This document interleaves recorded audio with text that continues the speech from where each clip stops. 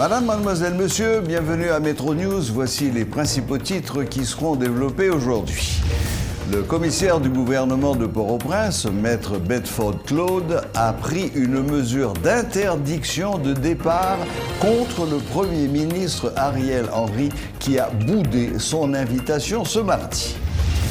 Des militants qui se présentent comme des sympathisants de feu le président Jovenel Moïse ont organisé ce mardi un sit-in dans les parages de la résidence officielle du Premier ministre à Musso pour demander justice en faveur du chef d'État assassiné. L'ex-sénateur Jacques Sauveur-Jean annonce qu'il ne fait plus partie du parti haïtien Tête Calée. L'ancien parlementaire lance une nouvelle formation politique dénommée Parti Artistes et Paysans, PAP.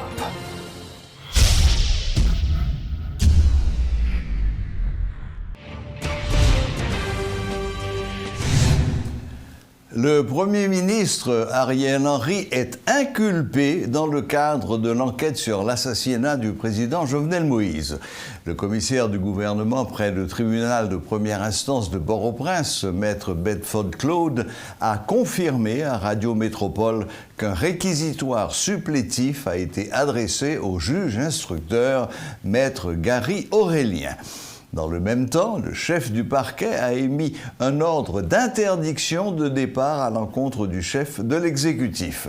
Les nouvelles dispositions judiciaires s'inscrivent dans le cadre du bras de fer entre le parquet et la primature. M. Henry a échoué dans sa tentative de limoger le ministre de la Justice, M.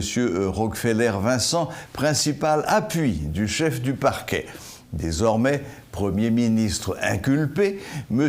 Henry ne peut plus compter sur les ministres qu'il se propose de révoquer dans le cadre de l'accord du 11 septembre. De plus, le ministre de la Justice avait mis en garde le chef de la police contre toute tentation d'exécuter des ordres du Premier ministre, pourtant chef du Conseil supérieur de la police nationale. Esselé, le Premier ministre ne peut compter que sur ses anciens camarades de l'opposition qui ont paraphé avec lui l'accord et sont dans l'attente du renvoi du gouvernement. Déjà fragilisé par l'enquête de la DCPJ, le Premier ministre doit redouter une intensification de la procédure par le juge instructeur. Le Premier ministre Ariel Henry a boudé l'invitation du commissaire du gouvernement, maître Bedford Claude, adressée dans l'objectif de répondre aux questions relatives à des appels téléphoniques passés entre lui et un dénommé Badiou. Dans une correspondance portant sa signature, il indique également que le Premier ministre est frappé d'interdiction de départ. Le Premier ministre est-il seul dans cette situation ou peut-il encore compter sur les membres de son gouvernement? Suivez ce reportage de Rodolphe Pierre-Louis. Le tribunal de première instance de Port-au-Prince fonctionne dans une atmosphère calme et sereine. Des avocats, des justiciables, des petits commerçants et de simples citoyens sont remarqués dans sa cour. Toutefois, l'ambiance est calme, mais l'espace est presque désert. Rien ne laisse présager que le tribunal va recevoir dans peu de temps un Premier ministre. D'ailleurs, la nouvelle est connue rapidement, le chef du gouvernement ne viendra pas. De toute évidence, le chef du parquet avait préparé sa réplique à l'avance selon les constats. À peine une demi-heure après l'échéance de l'invitation, le commissaire du gouvernement a pris des mesures d'interdiction de départ contre le Premier ministre Ariel Henry. Visiblement, le docteur Henry fait face à une opposition au sein même de l'État. Le protecteur du citoyen Ronae Deauville a demandé sa démission. Le ministre de la Justice Rockefeller-Vincent a clairement exprimé sa défiance. Le secrétaire général du Conseil des ministres, Rénal Lebéris, ne manque pas une occasion de le critiquer. Quant au commissaire du gouvernement, maître Bedford Claude, il veut limiter ses mouvements. Une épée de Damoclès semble suspendue au-dessus de la tête du chef de la primature. Le Premier ministre Ariel Henry, attendu au palais de justice ce mardi 14 septembre, ne s'est pas présenté. En guise de réaction, il est frappé d'interdiction de départ dans une correspondance portant la signature du commissaire du gouvernement, Maître Bedford Claude. D'un côté, le ministère de la Justice veut que le chef de la primature se mette à sa disposition et de l'autre, le docteur Henry semble être ferme à la barre. Dans ce bras de fer, il y a une rareté de gasoline qui persiste au sein de la population et rien n'est moins sûr en ce qui concerne la rentrée des classes prévue pour le mois d'octobre par rapport aux différentes menaces qui planent. Dans ce contexte, tout laisse présager que la situation politique du pays n'est pas sans conséquence sur le cours normal de la vie nationale. Paul Léel et Rodolphe Pierre-Louis pour Télémétropole. Coup de théâtre, le commissaire du gouvernement Bedford Claude a été révoqué par le Premier ministre et remplacé immédiatement. Moi, je suis là en tant que membre du gouvernement par délégation du Premier ministre qui a demandé au substitut du commissaire du gouvernement de prendre charge. Et nous avons planifié une conférence de presse parce que nous pouvons dire de grandes choses.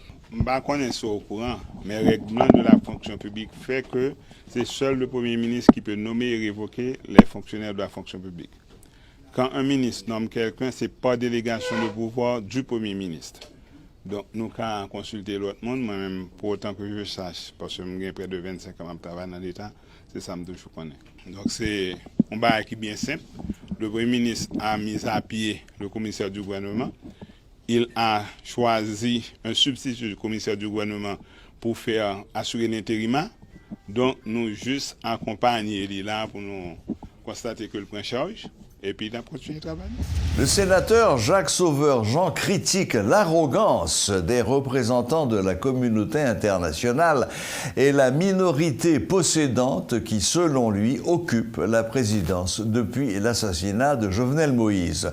Dans le cadre de sa démarche, M. Jean prône une nouvelle constitution tenant compte des racines africaines de 95% de la population. L'objectif est de mettre un terme au système actuel qui empêche les Noirs d'accéder à la prospérité. Il explique cependant que son projet n'est pas d'exclure les minorités, mais de favoriser une répartition équitable des richesses. Je suis noiriste, moi c'est petit nèg noir et je crois que le pays d'Haïti a un gros problème.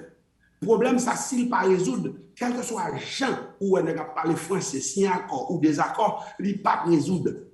On est dans un pays nègre. On est des Haïtiens, on est des Africains.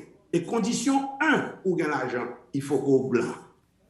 Si ça ne pas résoudre, il n'y a pas de chambre en Haïti. Et c'est ça que moi-même, lorsque je suis entré dans le mouvement politique, je suis venu pour résoudre, parce que moi, je crois dans la prospérité de la race noire dans un pays nègre. Si nous sommes un pays blanc, d'accord, oui, nous avons dit, OK, comme nous sommes un pays blanc, conformez-nous pour gagner l'argent après blanc, parce que nous sommes un pays blanc. Mais nous sommes un pays noir à 90-95%. Et la constitution muette qui fait que le président a voulu jeter la constitution écrite à part de mise en corps, il vient dans l'autre constitution, dont leurs articles. Les articles de cette constitution ne sont pas des phrases ou des mots, ce sont des gens en rapport avec leur position de force économiquement. Comment amender cette constitution? Comment on va l'amender Boulos? Qui vont pas l'amender Cols? Qui vont pas l'amender Bidjo? Qui vont pas l'amender? Parce que c'est eux c'est leur constitution.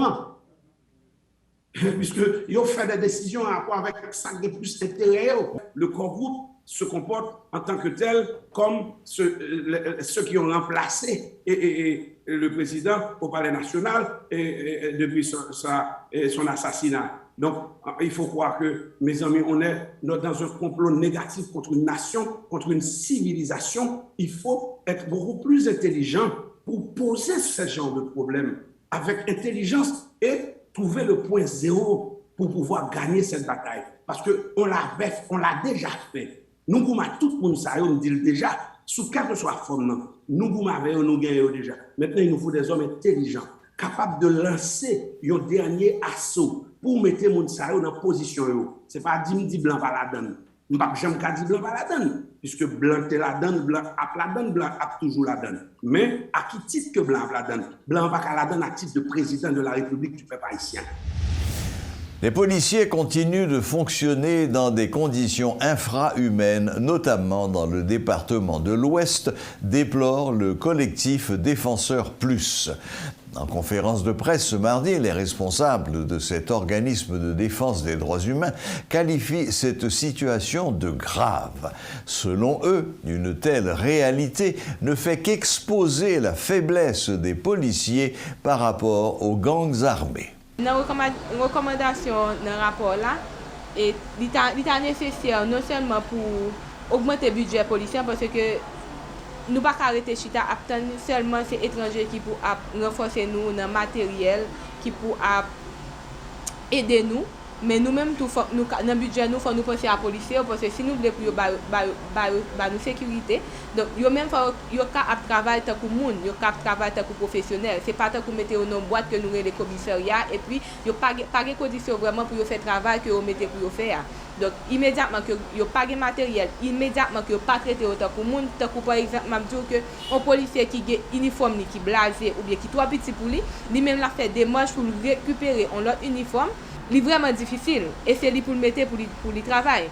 Donc là, vous mettez dans une situation, il pas considérer tête pour humilier, il mettre une humiliation.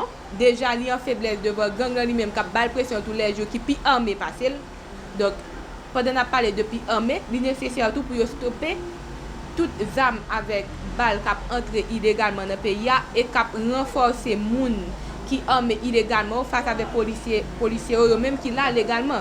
Donc, stopper les armes, stopper les balles, déjà, c'est permettre à la police de faire le travail et mieux. Permettre que l'idée plus force avec Bandio et face à Bandio. Et mettre plus de corps disponibles pour faire le travail, matériel, tout et tout. Penser avec salaire, parce que immédiatement que vous sentez que vous ne pouvez pas toucher pour le travail dangereux que vous avez fait, c'est facile pour vous entrer dans ça, les impliqués, les complices avec Bandio eux-mêmes. Parce que les et vient comme facile alors que même il y a fait travail qui est difficile, il pas qu'à toucher bien. Donc il vient vraiment difficile pour eux même pour faire travail honnête et puis de façon professionnelle. Parmi les nombreux partis et organisations politiques qui ont signé l'accord proposé par le Premier ministre Ariel Henry se trouve le MTV Haïti. MTV Haïti, né du premier MTV, mouvement de la troisième voie, mais qui veut dire aujourd'hui mouvement pour la transformation et la valorisation d'Haïti, MTV Haïti. MTV Haïti, dont nous avons ce soir comme invité sur le plateau de Metro News, le secrétaire général, M. Schultz Simsi Kazir. Bonsoir, M. Kazir, bienvenue. Bonsoir, M. Klein, c'est un plaisir pour moi d'être sur votre plateau ce soir. Monsieur Kazir, allons directement à la question importante. Qu'est-ce qui vous a décidé, vous, MTV, à signer plutôt la solution proposée par le Premier ministre plutôt que les autres qui étaient également sur le tapis? Qu'est-ce qui vous a convaincu dans l'approche du Premier ministre? Et on a fait sortir une note de presse récemment dans laquelle on avait clairement dit qu'il fallait éviter les erreurs des 2 dernières années. Nous avons signé pas mal de documents, nous avons signé l'accord de Mariotte, le document de l'alternative et consensuelle. Nous avons participé aux discussions qui ont amené à l'accord du 30 janvier dernier, bien qu'on ne l'a pas signé. Et récemment, on a signé l'accord du 5 juin. On a remarqué que ces accords n'ont jamais été appliqués. Et la question qu'on a posée à la commission que dirige Mme Magali Komodeni, comment allez-vous faire pour appliquer cet accord? D'ailleurs, vous êtes en train de remarquer ce qui se passe actuellement, le bras de fer au sein du gouvernement, entre deux clans qui ont eu la réalité du pouvoir récemment. Donc cet accord, même l'accord du Premier ministre, j'espère qu'il va être appliqué, mais il est en train de traverser ce que je pourrais appeler une zone de turbulence. C'est d'abord ce pragmatisme politique qui nous a poussé à aller vers l'accord du Premier ministre, qui est un rapprochement entre l'accord proposé par le protocole d'entente nationale et son équipe. Il faut dire également que le MDV Haïti est fortement attaché au dialogue, à la concertation, et on prône toujours un consensus large entre les forces politiques et les structures organisées de la société civile. Donc, on a participé aux différents débats avec toutes les initiatives. Donc, il faut admettre aujourd'hui qu'aucun des accords n'est supérieur à un autre. C'est à peu près le même contenu et on est totalement adhéré au contenu de l'accord est proposé par le Premier ministre. C'est ce que j'allais vous demander. Quels sont, d'après vous, d'après MTV Haïti, quels sont les points forts de cet accord? Qu'est-ce qui fait que cet accord proposé par M. Ariel Henry, qu'est-ce qui fait que cet accord tient la route? Bon, d'abord, mieux que les autres, écoutez, disons. D'abord, on a opté pour, dans un premier temps, en signant le document du protocole d'entente nationale, on a opté pour un exécutif bicéphale. Oui.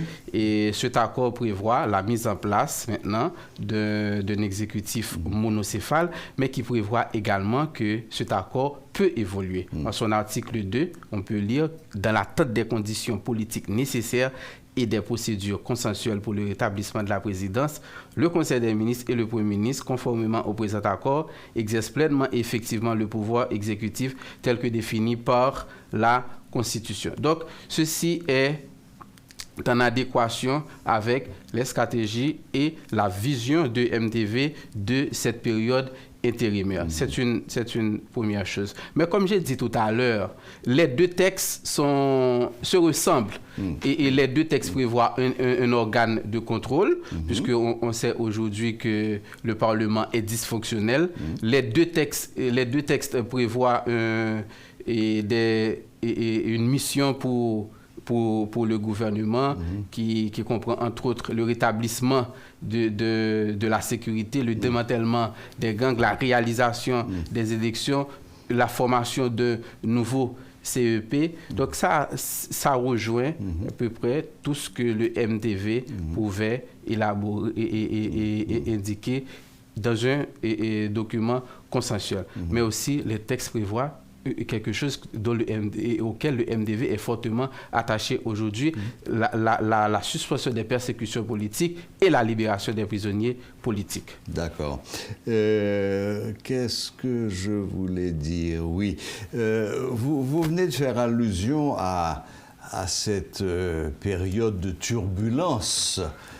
C'est une image aéronautique. Cette période de turbulence que traverse le Premier ministre. Comment est-ce que vous voyez l'évolution des choses? Parce que là, le Premier ministre est en porte-à-faux. Il a quand même une bonne partie de son gouvernement contre lui, parce qu'il s'est opposé à la volonté que lui, le Premier ministre, avait de révoquer le ministre de la Justice. Les autres ont dit non. Il est convoqué par le cabinet d'instruction dans le cadre de l'assassinat du président. Ce sont des accusations graves et il est mis en accusation. Et il prend ça avec beaucoup de hauteur et presque du dédain en refusant de se rendre. Mais c'est une position inconfortable. Qu'est-ce que vous faites de cet élément? Écoutez, M. Claude, je suis d'abord et avant tout un patriote. J'ai le sens de l'intérêt collectif et aujourd'hui, le sens de l'histoire me dicte des choix. Et tout le monde aujourd'hui doit se rendre compte qu'il doit faire des choix et des sacrifices historiques pour sauver ce pays. Donc personne ne peut prendre l'État en otage aujourd'hui. Et ce qu'on est en train de vivre, c'est que des journalistes sont en train de prendre l'État en otage. Et ce spectacle qu'ils sont en train d'offrir au pays ne fait pas honneur à la République, ne fait pas honneur à l'État, et cet Haïti dont nous rêvons, que nous nourrissons tous et toutes au jour le jour, notre fond intérieur, et c'est comme si on est en train de se diriger totalement vers le désespoir. Il y a lieu aujourd'hui de redresser la barque. Et j'appelle tout le monde, tous les acteurs, toutes les actrices politiques, ceux et celles de la société civile aussi, à réfléchir et à comprendre le sens profond du moment historique que nous sommes en train de vivre, et de comprendre qu'il faut le plus rapidement possible mettre en place une gouvernance inclusive qui peut garantir un rétablissement minime et acceptable du niveau de sécurité aujourd'hui, qui peut permettre à l'État d'attaquer l'urgence de reloger les gens dans le sud, l'urgence de leur porter secours et soutien, l'urgence aussi d'organiser une rentrée scolaire ou en accompagnant les parents. Donc, ce que je pourrais dire, c'est que l'heure est au dépassement. Et on doit comprendre tous et toutes qu'il faut faire des sacrifices et que chacun a une pierre à apporter, et c'est le moment de le faire pour prendre un nouveau départ. Mais soyons clairs, Monsieur Kazir, est-ce que vous êtes en train de demander à la population en général de soutenir l'action du Premier ministre actuel? Donc, ce Premier ministre, vous ne le mettez pas dans le camp de ceux que vous appelez les jovenelistes. C'est bien ça? Donc, c'est un Premier ministre qui est en train d'être attaqué par des gens qui se réclament et de l'héritage de Jovenel Moïse, bien qu'il ait été nommé par ce dernier. Je ne sais pas vraiment comment le classer aujourd'hui. Mais une chose est sûre, il a la réalité du pouvoir, il y a un gouvernement inclusif qui doit être mis en place, et je suis en train de constater que nous sommes en train de vivre un moment exceptionnel de notre histoire, et de ce moment, il faut profiter pour aider à Haïti de prendre un nouveau départ, de retourner à la normalité institutionnelle. C'est ce que je souhaite en mon âme de patriote et en tant que citoyen aussi, qui est en train d'être victime de cette situation de désordre généralisé, de ce dysfonctionnement de l'État. En parlant de gouvernement, est-ce que votre mouvement, le MTV Haïti, sera prêt à intégrer le nouveau gouvernement? Est-ce que vous en avez parlé? Est-ce que vous avez même posé vos conditions pour apporter votre soutien au Premier ministre? Donc, les conditions que le MTV a posées, ce sont des conditions qui ont d'abord rapport à la bonne gouvernance. Donc, aux revendications que la population a portées durant les dernières années, qui ont été dans les rues, qui ont été largement exprimées pendant les manifestations, telles que la libération des prisonniers et politiques, la réalisation des différents procès, les procès et sur la gestion des fonds de Petro-Caribé, des massacres, etc. Donc, le MDV n'est pas en guerre contre l'État. Le MDV, à un certain moment, s'était opposé à un mode de gestion qui l'a révolté. Donc, on n'a pas un problème. Ce n'est pas un problème pour nous d'occuper un espace au niveau du gouvernement, à un niveau quelconque pour servir notre pays. D'accord. D'accord, très bien.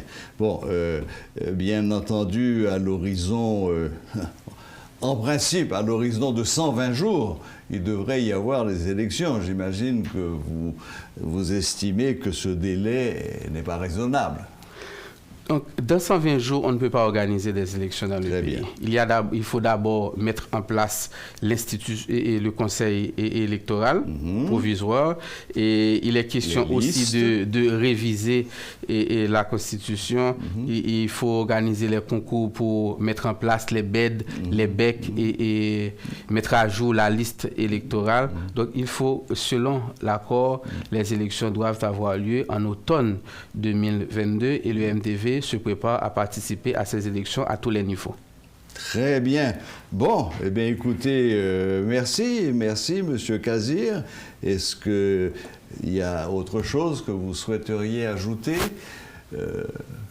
Donc la seule chose que je pourrais ajouter, c'est de demander à chacun, à chacune aujourd'hui de consentir sa part de sacrifice et d'aider Haïti à prendre un nouveau départ, qu'on se sert de cette conjoncture et qu'on voit les opportunités et que cette crise charrie pour que ce pays puisse voir de meilleurs jours. Et je souhaite que tous ceux et toutes celles qui auront une responsabilité au sein du gouvernement se mettront à la hauteur et de comprendre que ce moment historique doit être marqué du sceau du patriotisme et c'est votre conscience citoyenne, c'est votre rapport citoyen c'est votre conscience citoyenne qui doit vous guider et non l'intérêt de clan, l'intérêt de parti ou d'un groupe quelconque. Une toute petite dernière question très rapide. Comment voyez-vous la nomination du sénateur Lambert comme président de la République?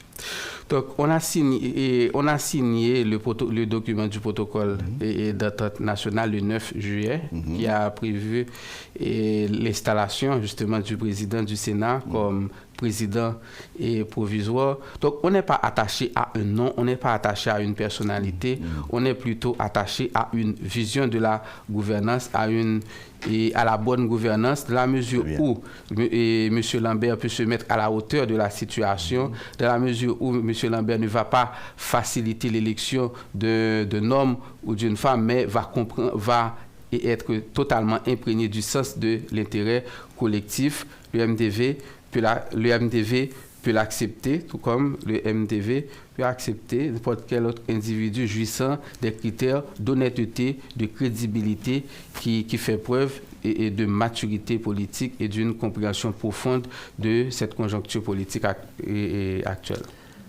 Merci beaucoup, merci M. Kazir, merci de vous être rendu disponible pour nous et de faire partager à nos téléspectateurs la position de MTV Haïti sur la situation actuelle au niveau du gouvernement.